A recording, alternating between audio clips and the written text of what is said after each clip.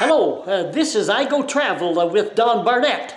You know, as I traveled across part of the United States, I kept running across a few signs about this group of people called Mormons. And I decided, I'll bet there's a story here. Who were these people? What did they believe in? How did they contribute to the development of the U.S. and a part of Canada as well? Come on, I'll tell you the story. Just before we get started, quite a few of you have been asking about who my cameraman is. Well, this is him. His name is Igo, old Igo the cameraman. Okay, let's get into this Mormon story. Mormons were a major early pioneer group who developed a good part of the southwestern United States and contributed to the early development of a part of Western Canada. The group is officially known as it says here, the Church of Jesus Christ of Latter-day Saints. However, that's quite a mouthful for most people. So most people often just call the group the Mormons because their official religious book is called the Book of Mormon. The Mormons also believe in the Bible, and they are Christians. They believe in Jesus Christ, but they believe that the Book of Mormon better accurately communicates their religious beliefs. The Mormons actually started up in the northeastern United States in the Boston, New England area. And there was a lot of religious fervor going on there in the 1700s. And there was religious conflict and different conflicts over religious ideas. So the Mormons decided to pack out of there and leave and head west. And their trek west that ended up in Salt Lake City, Utah, is one of the great American historical stories. Although headquartered in Utah, today there are Mormons throughout the world, and it's been recognized as one of the world's fastest growing religions. Through innovative irrigation practices, the Mormons developed fertile lands from the dry lands of the American West. They have been regarded as one of the greatest tree planters in the world. As you drive through Mormon communities, you often see a golden statue of the angel Moroni on the peaks of temples. The angel Moroni descended from heaven to help Joseph Smith interpret and translate the golden plates that contained principles and beliefs now in the Book of Mormon. Let's take a quick look at this timeline of the history of the Mormons. So we'll talk about when the Church of Latter-day Saints was founded, their early leader, Joseph Smith, and Brigham Young. We'll talk about that great trek to Salt Lake City across the western United States. We'll talk about that territory called Deseret, and the Mountain Meadows Massacre, one of the largest domestic acts of terrorism in the history of the United States. And we'll end up talking a bit about the Mormons who came to Canada, mainly Western Canada, southern Alberta. Hey, where's my cameraman? Igo, where are you? Okay, I see ya. Grab your camera. We're pulling into the capital, Salt Lake City. Salt Lake City is big and busy and an industrial city. This is the Mormon Temple, open to tours and worth a visit. Paintings inside and worth a visit. Like I say, the Mormon Choir is world-renowned, and here is where they hold many of their concerts. We camped at this same lake where that first group led by Brigham Young stayed the night before sighting the Salt Lake Valley below them the very next morning. Brigham Young's exclamation when he first saw the valley was his now famous quote, "This is the place." The Mormons originated in the New England area of the U.S. and moved to Navajo, Illinois, but continued religious and community conflict again forced them to move across the Missouri River to Salt Lake City. We visited a small historic park in the city where these statues commemorated the arrival of those first Mormon pioneers. Emphasis in those pioneer times was on home industry, blacksmithing, lumbering, carpentry, and shoemaking, all which was critical to making a success in a dry, high desert environment. Priority was also given to avoiding indulgences and expensive, unnecessary luxuries. Those sent to establish a new community were organized and skilled in things like carpentry, crop growing, and animal husbandry. Each colonizing group had a fiddle player because it was recognized that feelings of mutual support and socialization were also important. Every group carried adequate supplies of tools and farm implements. Everyone held in high esteem the values of hard work, cooperation, and not giving up perseverance. Early Mormon communities were well organized in terms of squares and the grid system. And not like these cities today. You know, they've got cul-de-sacs and streets and ways and curves, and you need a GPS to find your way around. But that wasn't true with the early Mormon communities. I always like to think that I can tell a Mormon town. When you go to the old part of the town, the streets are wide. They had a rule where the street should be wide enough to make a U-turn with a team of horses pulling a wagon. And that's a clear indication. If you go to the old parts of some cities like Las Vegas or Salt Lake City itself or Lethbridge, Alberta, in those early sections of those places, those cities, you can tell it was a Mormon-based community. Early Mormon communities were organized on two things. One was the grid, and the other was called the plats. Let's just look at the grid.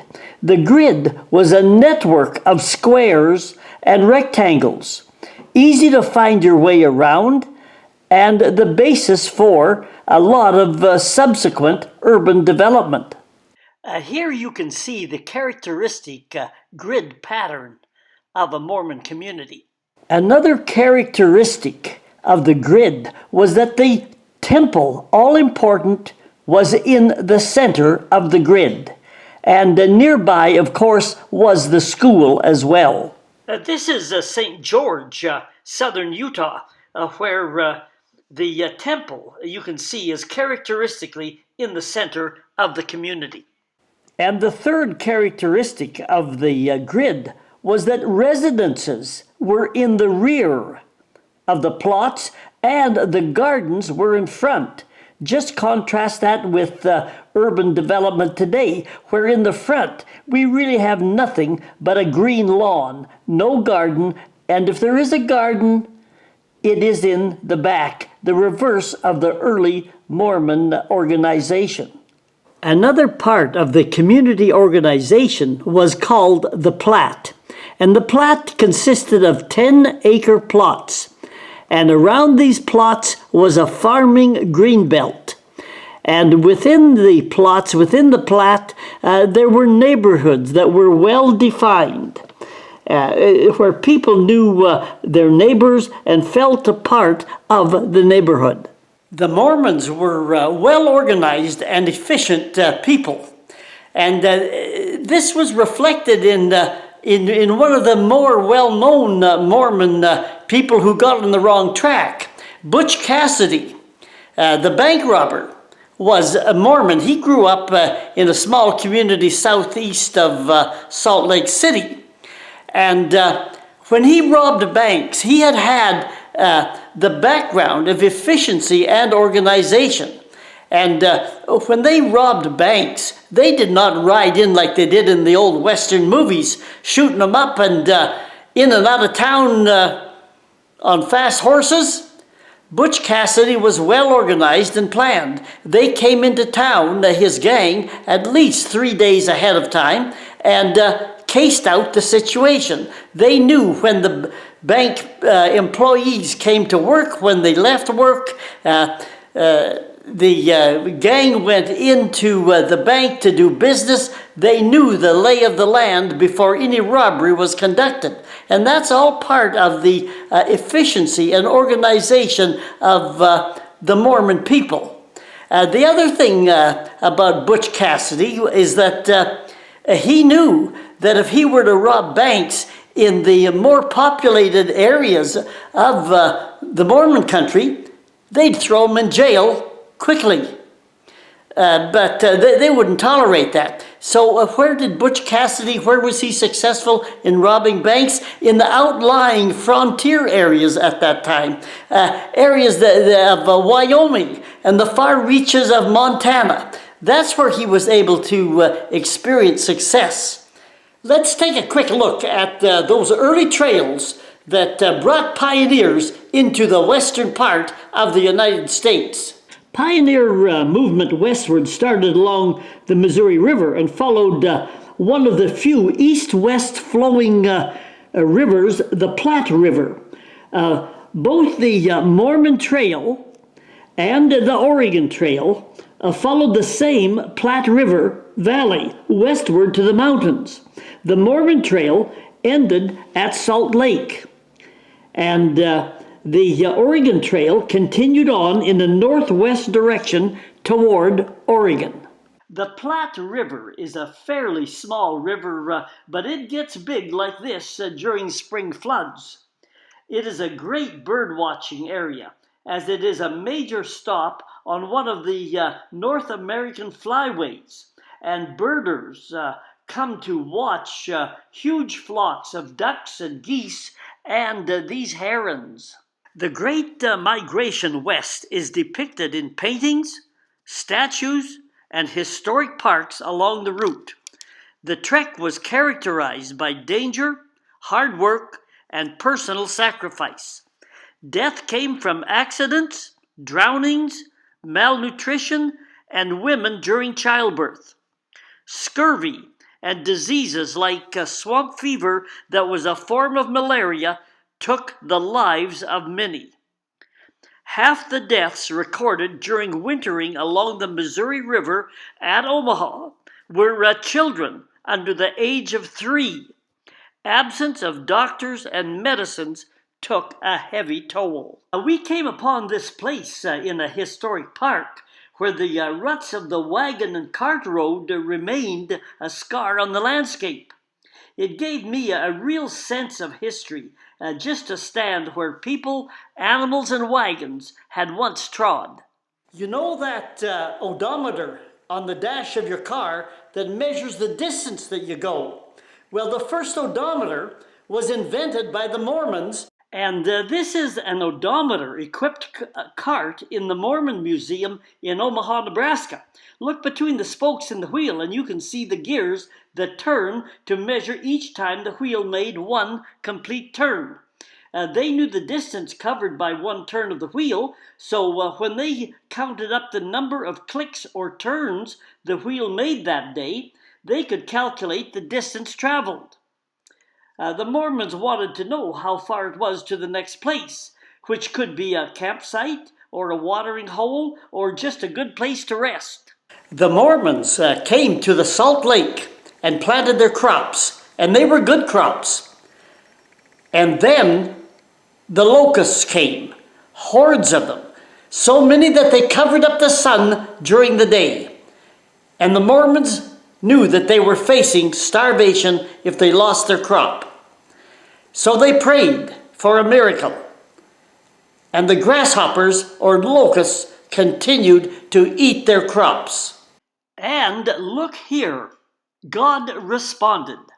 Thousands of seagulls arrived and devoured the locusts, thus saving the crops and saving the Mormons from what would have been certain starvation.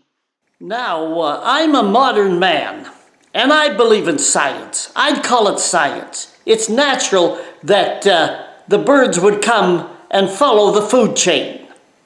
But you know, if you were living in an isolated place and you knew that you were going to probably starve to death, and worse yet, watch your children die from slow starvation, you might not be inclined to call it science so much.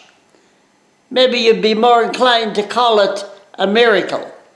All right, we'll wind up part one here, because there's more stories about the Mormon history that is really interesting and helps us understand and appreciate this country as you drive through it.